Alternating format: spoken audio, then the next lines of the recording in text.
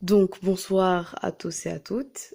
Donc aujourd'hui je tenais à vous expliquer un concept que moi-même je n'avais pas très bien compris au début.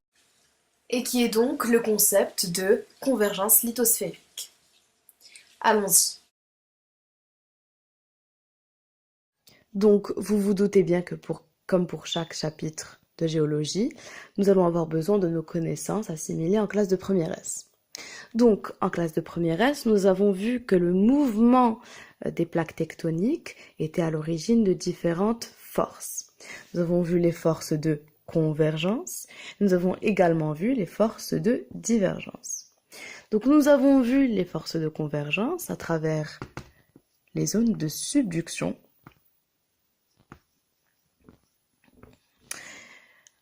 Et nous avons vu les forces de divergence à travers la dorsale et donc l'océanisation, ou si vous préférez l'expansion océanique. Cependant, ce que nous n'avons pas vu en classe de première S, c'est que ces forces de convergence étaient aussi à l'origine de chaînes de montagnes. Et nous allons expliquer pourquoi comme introduction. Donc, ne faites pas attention au schéma pour l'instant. D'abord, on explique le contexte. Donc, nous sommes dans une zone de subduction, donc une zone qui a été soumise à des forces de convergence. Donc, dans ces zones de subduction, nous avons le plongeon de la lithosphère océanique, dense, lourde, cassante et rigide, dans la sténosphère ductile et moins dense de la plaque chevauchante à cette plaque subduite. Et donc, nous avons de part et d'autre dans cet exemple deux marges passives continentales, avec une lithosphère continentale ici et une lithosphère continentale ici, bien sûr reposant sur le manteau lithosphérique ductile. Et bien, nous allons voir que lorsque, justement, cette zone de subduction est encore soumise à des forces de convergence, que je vais représenter ici, nous avons une collision des deux marges passives bordant cette même zone de subduction. Et donc, nous avons la rencontre entre les deux, qui est, et vous vous le doutez bien, à l'origine de chaînes de montagnes. Mais donc, le principe est simple et il est quelque peu logique. Là ne va pas résider l'objectif de ce cours, mais j'explique, je dis donc que en fait le cours n'a pas pour objectif d'expliquer uniquement pourquoi et comment est-ce que ce phénomène arrive, mais c'est surtout le fait de savoir montrer les indices qui montrent donc cette collision qu'on appelle donc convergence lithosphérique. Donc, je vous expliquais le concept, mais en fait, expliquer le concept et expliquer comment et pourquoi cette collision ou cette convergence lithosphérique, pardon, arrive n'est pas l'objectif de notre cours. En fait, de déterminer les indices de cette convergence lithosphérique.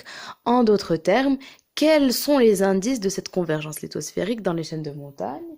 Et en fait, quels sont les indices d'une collision entre deux lithosphères continentales et donc de la subduction qui précède nécessairement cette collision. Allons-y. Et parmi les indices qui nous permettent de montrer la convergence lithosphérique, on retrouve les traces d'un ancien domaine océanique. Donc il suffit de montrer qu'il y a eu un ancien domaine océanique dans les chaînes de montagnes que nous étudions. Tout d'abord, à travers les traces d'un océan disparu. Donc qu'est-ce que je veux dire par océan disparu ? Nous avons vu que dans certaines chaînes de montagnes, nous retrouvons à la surface de ces chaînes de montagnes, un complexe ophiolithique. Donc, et qu'est-ce que c'est que ce complexe ophiolithique, Ophiolithique, eh bien, c'est en fait la présence de différentes roches qui sont originaires normalement de la lithosphère océanique. Donc, on parle donc de gabbro, de basalte, en principe. Donc, que pouvons-nous interpréter par cette présence de complexes ophiolitiques à la surface de ces chaînes de montagnes? Donc, on interprète ce complexe lithosphérique comme une portion de lithosphère océanique charriée sur un continent lors de la collision. Et donc, qui témoigne donc de la présence d'un domaine océanique il y a longtemps. Ensuite, nous avons des traces de marche continentale passive qui nous permettent également de montrer qu'il y avait un ancien domaine océanique. Donc, on retrouve dans certaines chaînes de montagnes des socles fracturés par des failles normales. Et qu'est-ce que je veux dire par là? C'est-à-dire que nous retrouvons cette structure qui nous est familière, et donc celle des blocs basculés. Avec bien sûr des roches sédimentaires réparties en éventail au-dessus. Donc que pouvons-nous tirer de cette observation? De blocs basculés, de socles fracturés par des failles normales, nous pouvons tirer comme conclusion, ou comme interprétation, pardon, que il y avait donc un rifting, donc une ouverture océanique, qui, logiquement, nous laisse croire que cette formation de chaîne de montagne est donc passée par l'ouverture d'un océan et est donc originaire d'un océan. Qu'il y avait bien un ancien domaine océanique à la place de cette chaîne de montagne à l'origine de ces blocs basculés. Donc, nous avons vu dans un premier temps que les indices qui permettaient de montrer cette convergence lithosphérique étaient le fait de prouver, de montrer qu'il y avait un ancien océan. Donc maintenant, nous allons montrer qu'il y avait une ancienne subduction. Et donc, il va aussi nous permettre de revenir à cette même conclusion de convergence lithosphérique. Donc, la subduction passée peut être remarquée dans un premier temps par les traces d'une subduction, mais par une lithosphère océanique. Donc, parmi les complexes ophiolithiques que nous avons vus tout à l'heure, nous pouvons retrouver des métagabbros. Et donc, des métagabbros qui sont des gabbros qui ont subi un métamorphisme. Nous parlons donc de métagabbros ici de type schiste bleu, donc métagabbros aglocophane, mais aussi des métagabbros éclogites, dits éclogites, mais ajadéites et grenats.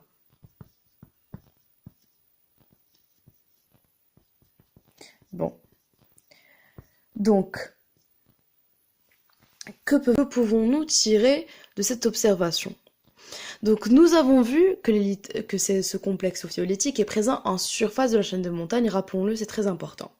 Et que parmi les roches du complexe ophiolithique, nous retrouvons des métagabbros aglocophanes, des métagabbros éclogites, ajadéites et agrenats. Et nous savons donc que les minéraux composants de ces deux métagabbros sont des minéraux marqueurs d'un métamorphisme haute pression, basse température. On va enlever le plus ici. Or, ces conditions de formation sont spécifiques à la subduction.